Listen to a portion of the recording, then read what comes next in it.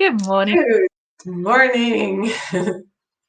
How are you this beautiful morning, Nadine? Look at your beautiful shirts. It's so colorful and bright, and it's a bright Friday again. Yes, absolutely. It's actually a summer dress, and I'm going to go to the lake with a very good friend to have coffee really soon, or other things than coffee, but to have a swim. So, really excited because that is prosperity. When I made my prosperity list, like going to the lake and swimming in the lake and drinking coffee at the lake, that is one of my millionaire habits, and therefore as often as I can, that's what I do. And yesterday evening I was there too with the kids, so life is good. So we things bring us down, or when we react to things, we've got to put it back in our head. Look at that opportunity you have. You've been to the lake with the children, and now you're going to the lake with the children. It's just so beautiful. Okay. So Absolutely. And the title of our session today is the how did I put it? Fearing poverty is the denial of abundance. And that's there we go. exactly what this is, you know? So when you acknowledge abundance with little things like sitting at a lake, swimming in the lake, you know, there is just like that's something everyone can do. And so therefore, you know, I'm so fabulously abundant because I just do those things that make me happy. It's simple. Hold your tens. So you need to fill up your days with more tens and stop allowing yourself to do ones and twos. It's a choice. We have choices. So Fortunately, we have. we're on the bottom of page 5, and you too can be prosperous. And it starts off by saying, someone has said that fear is at the root of all our financial difficulties. And that's so true. Fear, denial, limiting beliefs. I can't, I won't, I'm useless. Those are your fears, right? Why? Because fear is more commonly associated with lack than any other one thing. And because it is a very powerful emotion, by fearing poverty, we give it power to operate in our lives. And I think that is so important to reread that. We give it power to operate in our lives. Yes. So you got to, I'm reading a brilliant book by Susan Jeffers called Feel the Fear and Do It Anyway. And that, That's good. and that fear is just that little kickstart you need to say, right, take that leap, quantum leap now. So where we, by fearing poverty, we give it power to operate in our lives. Listen to some of the common expressions of those who are most often in financial difficulties. And it's so true. When you start opening your mind up to listening to what people say, you start realizing how often they talk about lack. Yes. I am afraid, I can't afford it, I'm afraid to spend that much, I'm afraid to take a chance, I'm afraid to invest, I am afraid. I mean, really, I'm afraid to trust, I'm afraid that I won't have enough money when the note is due. Those who speak these words are looking to man instead of God, or to their higher intelligence. Now hold that for a moment and try to see the gap which a thought of this kind creates in your consciousness. Yes. And Jackie, when I started in this process, I kind of was censoring myself. It's like, oh, I can't afford. It's like, oh, no, cancel, cancel, cancel. Okay, how else could I put it? And at the beginning, that was hard. Like this shift in thinking, like, how else can I put it? I mean, I can really not afford it. Okay, I cannot say that. So what is it? How much do I want it? How could I afford it? Do I want to afford it? So I had to come up with these alternative questions, you know, and then it's about me to make a decision. Do I want to afford it? And if the answer is yes, then how can I afford it? Sometimes, you know, you can ask, you know, for some kind of help or assistance to afford it. You can wait so you can afford it. There's all kinds of ways. It's just a different question that opens you up for all kinds of different opportunities and chances and to eventually afford it.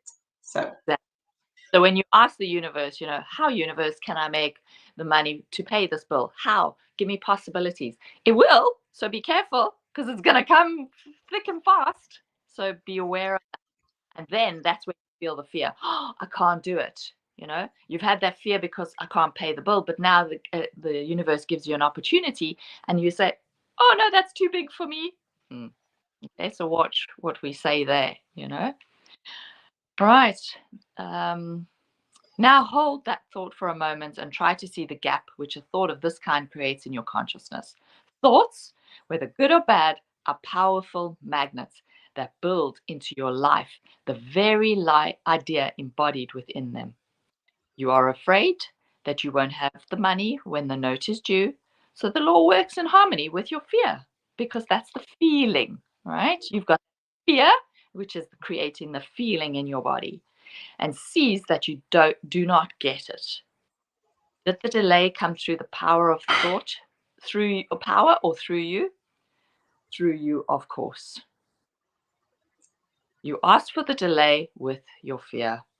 What you should have done under the circumstances was to have reversed the thought and to have assumed that the money would be there when it was needed. There we go, right?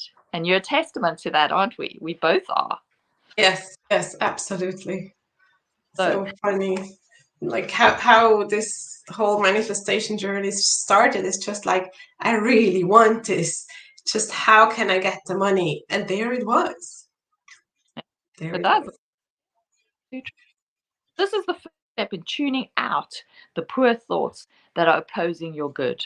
Now, that must be tuned out of our lives before our reception of the good is perfected. What are they? They are the small thoughts. And this is it. We don't realize how many thoughts we actually go through, but it's about making yourself aware of what you are thinking.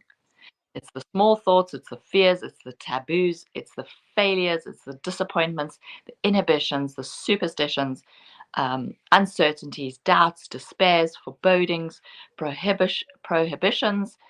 They are the hurts, the insults, the injuries, the criticisms, the self-pitying, the self-condemnation, the remembered wrongs of the past. So we've got. You know, a very good example for this is that the toothpaste. My father used to cut it when it's finished. He used to cut it so you can get the rest out of it. And so growing up to this, like I just continued to do that. And when I met my husband, he was like, "What are you doing?" And I was like, "Oh, I'm taking out the rest of the toothpaste." Yeah. And then he was like, "Why would you do that?" And so I was, I didn't think anything of it, really not. But then when I was thinking about it, like these are the small things that come kind of it's poverty consciousness. It's kind of, but there's like I can squeeze it out until the end. Like it's not finished. I can save some more of this. So yeah, I started to release like little things like this, also to put water into the soap for washing the dishes. Like, how much can you stretch it? Like, it's finished, that's it. Welcome to new box, that's it. And those are the small daily things that we have to put attention. It's not like, oh no, I think abundance, right? Of course, that's fun too, but it's in the little things in everyday's life where you find your abundance or scarcity kind of habits. And even as in this example, I wasn't even aware of this scarcity habit and where it came from. It just was like this in our family. That's an And, amazing example. yeah. Thank you. And as you say, those are the little things that you're not even aware of. Yeah. Yes. Also, Well, my son recently he ate an apple and then he wasn't hungry anymore, and there was some more, but it was kind of eaten up well. And then also my father went, "Hey, but there is still a little more. You can still." He was like, "Yeah, but I'm not hungry anymore." And I was like this. So why should he overeat just because there's a little more in the apple? So well, let's kind of return it to earth. We have the compostation thing. So, the bugs will have some more apple. They will be happy. idea, and that's So beautiful. So we'll leave it there for today. Thank you, everybody, for your support. And remember, reach out because you too can be so prosperous. Absolutely. Looking forward to hearing from you and to see you back again next Friday.